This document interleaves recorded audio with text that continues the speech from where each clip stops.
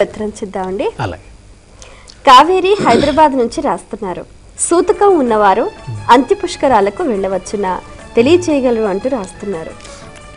ఎవరైనా ఒక వ్యక్తి చనిపోతే ఆ ఇంటి పేరు కలిగిన వారు ప్రధానంగా సంవత్సరం పాటు సూతకం పాటిస్తారు అనేది మన సంప్రదాయం.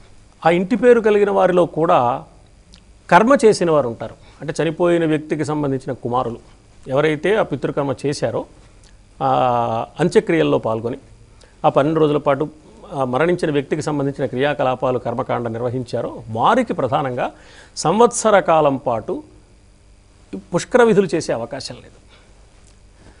స్నానం చేయవచ్చు తప్ప అక్కడ పిండ ప్రదానం లాంటి పితృకార్యానికి సంబంధించిన కార్యక్రమాలు సంవత్సరం తర్వాతనే కానీ ఈ లోపు చేయకూడదు. ఈ సంవత్సర కాలం మధ్యలో కనుక పుష్కరాలు వస్తే ఆది పుష్కరాలైనా అంత్య పుష్కరాలైనా ఈ సంవత్సర కాలం దాటిన తర్వాత కానీ అందులో పాల్గొనడానికి వీల్లేదు. కాబట్టి సంవత్సరం లోపు కనుక పుష్కరాలు వస్తే అవి ఆది పుష్కరమైనా అంత్య పుష్కరమైనా అందులో పితృకార్యం చేసే అవకాశం లేదు. ఇది అయిన తర్వాత మాత్రమే చేయాలి. అది సంప్రదాయం చెప్పిన మాట.